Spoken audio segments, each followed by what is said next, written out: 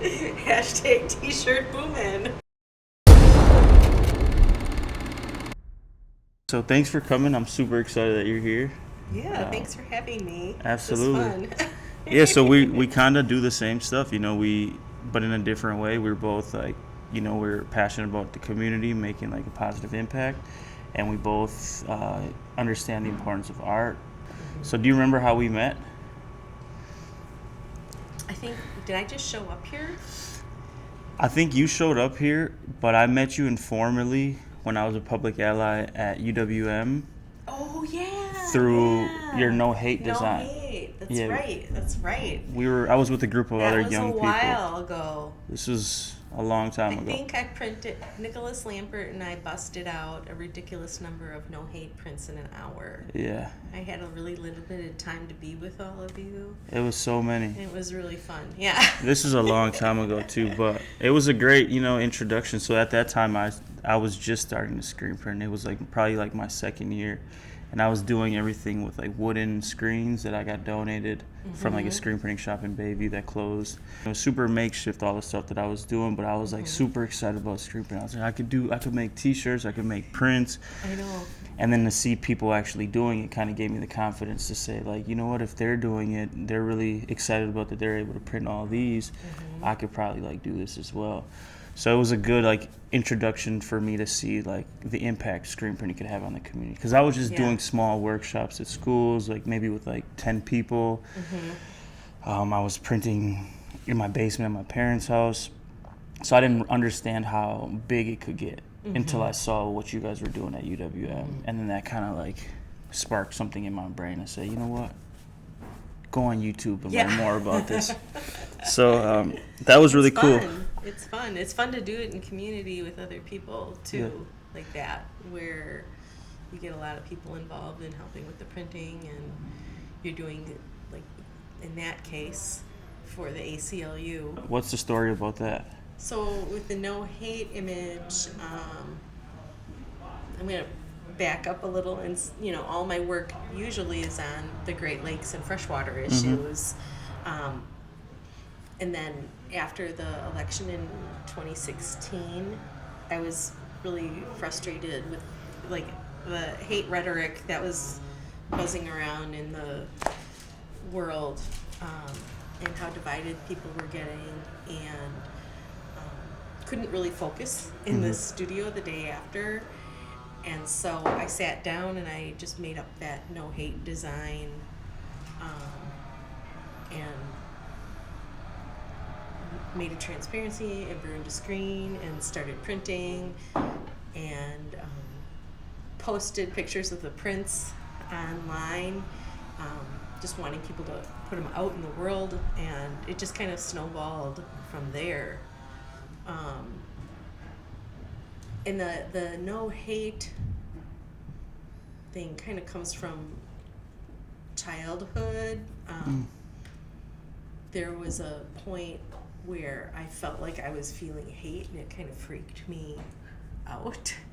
And my dad had kind of like framed it up as like, that's probably when you need to have the most compassion. And he had actually given me a pair of socks that said no hate with a little like slash, circle and slash through it. And I don't know, that always kind of like stuck with me, because I always felt like hate was a really strong word and a strong feeling, and it's a dangerous place. Absolutely. So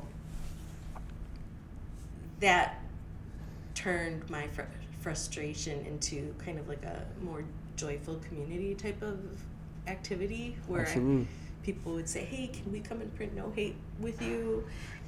Or I went to a couple high schools and printed no hate, and then people said you should have no hate stickers, so I made no hate stickers, and then people said you should have no hate shirts, so I started printing no hate shirts, and I think it just resonated with a lot of people on a lot of levels.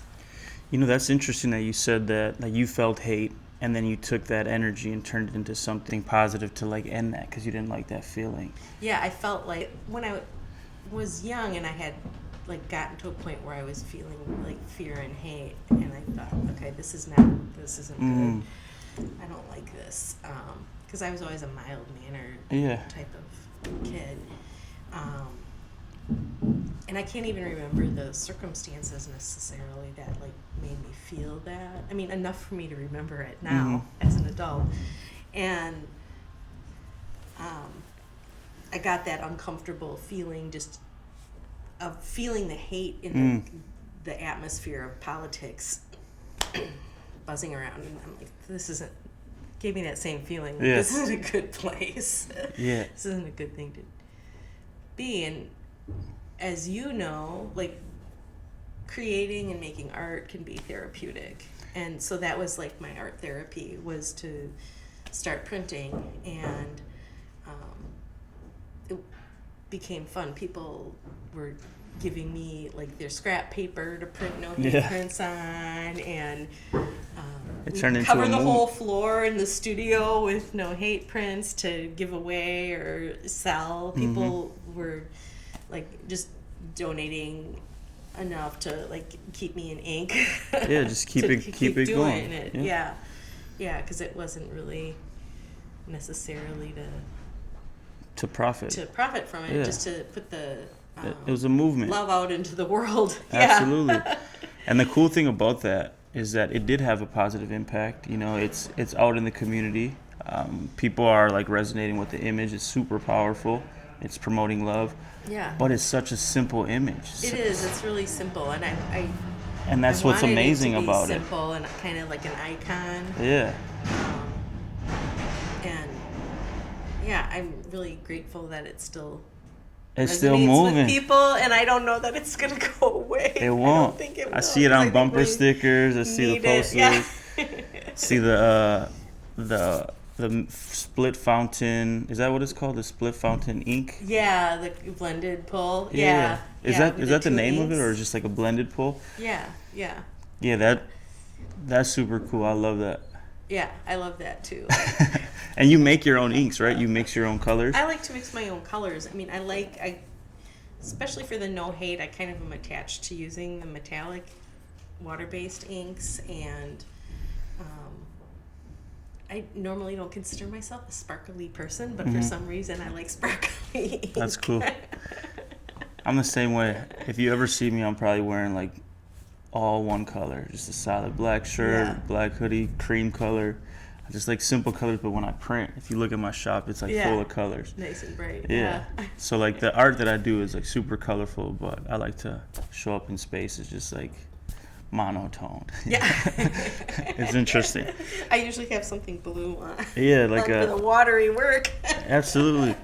So I was introduced to you through the no hate design, but most of your work doing a lot for our water systems, and you understand the importance of like keeping our water clean, and then just like making sure that everybody has access to clean water. But then you do a lot of art projects around that. So can you talk about that a little bit? When I really started diving back into studio work, when my kids got in school, I had been doing environmental work for a while, like on the harmful effects of pesticides on human and environmental health, and that includes impacts on our water. And so thinking about what impact I wanted my studio practice to have on the world, I really was started focusing on water, because we can't live without it. Everybody in the world needs it. All living things need water to survive. And here in Milwaukee, we are like blessed to live in a water-rich city with our 3 rivers and being on Lake Michigan, of course. That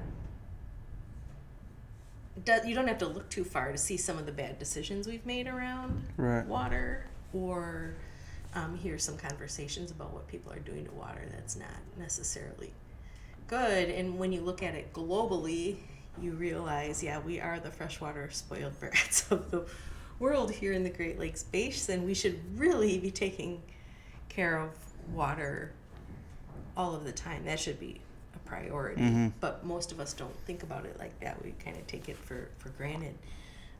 I feel like people have become more aware of water issues in the city, and that's really exciting that so many people are involved in it now. But as an artist, what can I do to help? And Yeah. I just felt like, okay, I can use my own creativity and talent to bring awareness to issues, and in a lot of different ways. Why do you think that's important?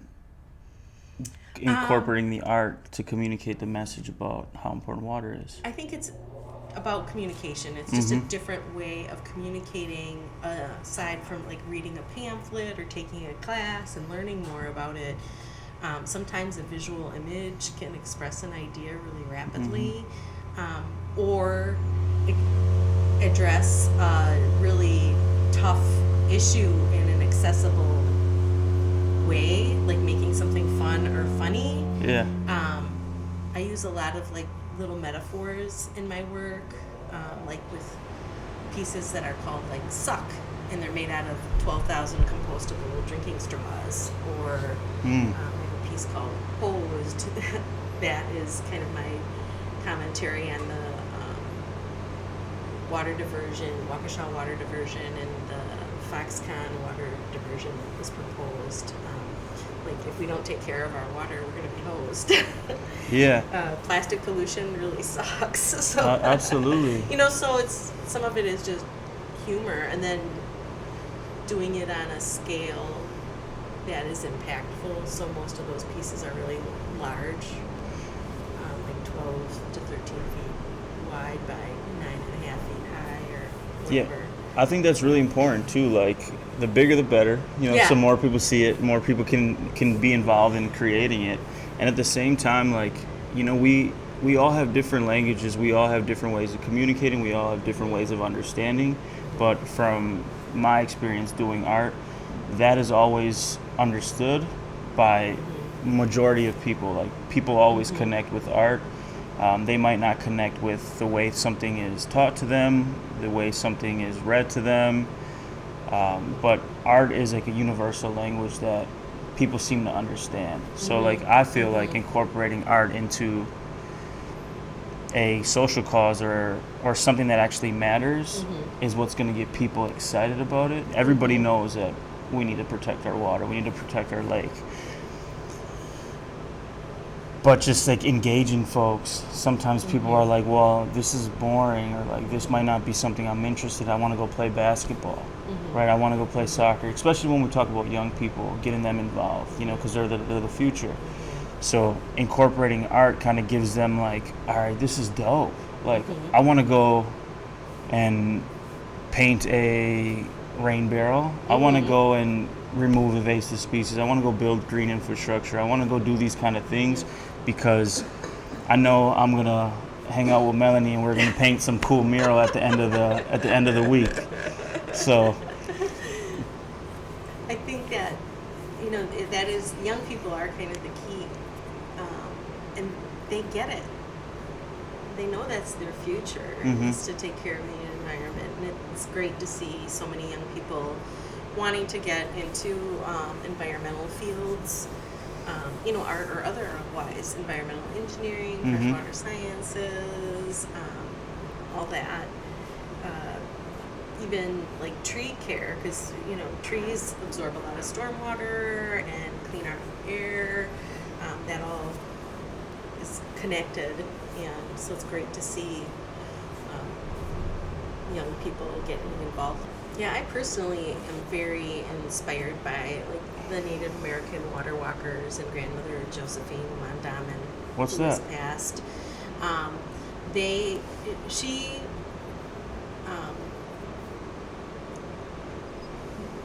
really was stressed out about how people were not taking care of the water, and asked herself kind of like, what can I do as an older woman with not great needs to take care of the water? And she landed on just creating awareness by walking the shoreline of the Great Lakes or rivers to honor the water and to get people thinking about honoring the water and how we properly take care of the water.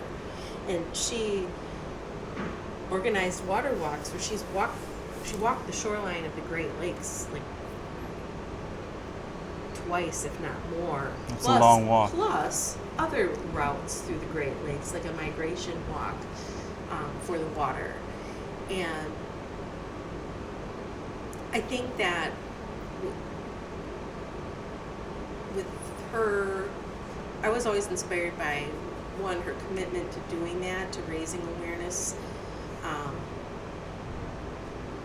but also fostering like spiritual connection to water. Right. Because we should honor water. And so I also, in part of my practice, I make shrines to water, little tiny ones, little, fetish items to honor water. So that we remember that, like, when we get up in the morning and we turn on our tap, like, that's a little bit of Lake Michigan that's in my class. Right. That you can connect. And, like, the healing properties, like the energy the water carries and all that stuff, like, we have access to it in our homes, you know? Yeah, not everyone in the world has that. That's, like, an amazing thing. Right, it is an amazing thing. And even in this country, people don't always have access to clean, safe, fresh water right in their homes. Even in our city, Yeah, right. I remember when I was at Urban Underground as a public ally, and we were doing a workshop recruiting young people from North Division. When one of the kids went outside, he asked the teacher, raised his hand and said, "Hey, Marty, can I go to and drink some lead?" And he's saying it jokingly. He said, "Can I go drink some lead?" Yeah, lead in the drinking water in the school from lead And pipes. he said, "Yeah, for sure." Because North Division, like that community, has a lot of issues with lead in the water. But the fact that these 14, 15, 16-year-old young people were like joking about their lead intake seemed to be like insane to me. Because it was so normalized. Like, this is our life. Yeah, this it is shouldn't what be normal. It shouldn't be. I know. And as a young person, those shouldn't be your worries. So I thought that was interesting, but then that made me think of how is our environment impacting the mindset of people? Yeah, and here in Milwaukee, we have a lot of lead pipes, older housing stock, and are, finally addressing that and replacing lead laterals into homes and trying to reduce that and improve our infrastructure. Because we have great water treatment here. The water that is put out by the treatment plant is great. It just has this dirty straw to go through to get through your home. So finally now, people are really seeing that we have to maintain and invest in our infrastructure. It's a big undertaking. It's going to take a while to get those lead pipes all replaced. Yeah, absolutely. Copper, but it's necessary. How does our environment impact our overall like mental well-being and even our mindset? Well, does it play a role? Yeah, well, just being exposed to lead in drinking water, that has an impact on kids' brain development and health. And they recommend, pregnant women and children drink filtered water because of those neurological effects. And you're right, that the kids, as a kid, you kind of expect the grown-ups to be watching out for you. And when you know that that's a problem, then you've got to do better and correct it. So we're trying to finally correct it now. It's happening in cities all across the country that have this older housing stock when you have lead pipes. Most definitely. So, and we see the work, people are, I hear more young people understanding the importance of like filtered water and understanding like the connection with the lake. Yeah, that's a big part of Milwaukee Water Commons work is making sure people have equal access to water resources for all reasons. Mm-hmm. Growing food, taking care of their homes, taking care of their health, and for recreation, that people feel comfortable like coming down to the lakefront and enjoying the beach, or have an opportunity to get out on the lake and see our city from that vantage point, go kayaking or on a little boat trip. I love kayaking. So I do too. That's like the my best. favorite. Yeah. But that is a big part of Milwaukee Water Commons work, is educating people about water in our city and how it works and why it's important and why everybody should have a voice in what happens with our water resources, and that they feel empowered that they have an impact on our water in a positive way. And like you were saying earlier about some of the inner city schools, like having lead pipes and things like that, like getting those youth to learn more about water issues and water in our city, because sometimes kids haven't been to the Lake Michigan shoreline. That's true.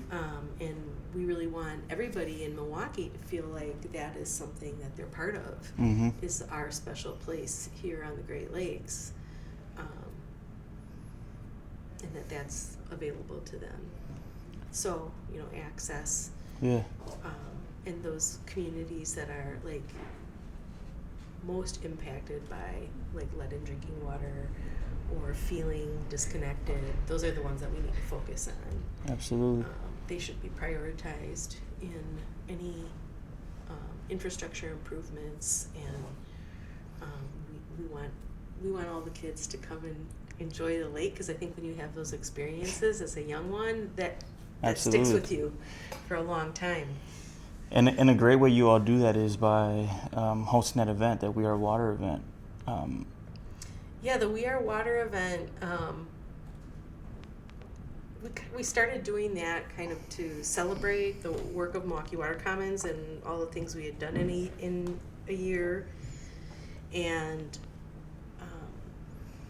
we just thought it would be a great way to like create community right at the water's edge, right at the shoreline. And so we've been doing this illuminated installation at the lake and working with multicultural groups and different musicians and poets and drummers and spoken word artists to create kind of a inter-arts, multicultural, water-themed event. What's your favorite? Yeah, what's your favorite part about it? Well, I like seeing everybody together on the beach, having a good time. Usually when people come to We Are Water, they're relaxed. This past year, I think the theme was hugging. Like, we hadn't done We Are Water for 2 years because of the pandemic, and there was just like so much joy on the beach, with people coming together, hugging, having lively conversations, enjoying their time together, interacting with the other organizations that were there, doing an art project. And then we had wonderful drummers and music, and then helping with we made this illuminated installation of a water drop in the sand, and had Overpass Light Brigade there spelling out "Water Unites Us." And I think that we all felt that at the beach. Absolutely. That water was uniting us right there. Yeah, you brought a lot of people together. So with Milwaukee Water Commons, we try to insert art at all levels of our work. Whether it's like me doing visual note-taking at a meeting and drawing while the meeting is going on, or with our water school program, getting them involved in an art project. And we've done live screen printing, having people plan art-themed projects for their organization that focus on water. Yeah, it sounds like you all are doing like great stuff, and we love it. So that's kind of like our mission here at Milwaukee OATS. Not only are we a screen printing shop, but we want to like have an impact on the community. So like working with other organizations who share that same like mission and vision for our city, because I'm going to be here, and the next generation is going to be here, and their kids are going to be here, and they're going to want to enjoy the same things that I enjoyed when I was a kid. So that's really important to me, and like having somebody like you reach out to me, somebody that I looked up to, somebody that I saw when I was like coming up and like learning about art and learning about community activism, I was inspired by. So being able to take some of that fire and to ignite my flame, and then just to like pass it to the next generation, I think is really important. That's an important part of your business is mentoring, which is that's it right there. Is like coaching more youth to keep on doing what you've done in your life, in a positive way. And screen printing is an interesting way to do it, because people like don't realize it till they see it happen. Like, oh, that's how my clothes are printed. Yeah, printed. Oh, those posters, that's printing. That's printmaking. Absolutely. That's a career. Hashtag t-shirt boomin'. MilwaukeeWaterCommons.org. You can see images of my own work at MelanieAriens.com. And when's get the next to the beach. Yeah, when's the next We Are Water event? We're setting the date right now. It'll probably be either the second or third week of August. I think the third week of August, third Sunday.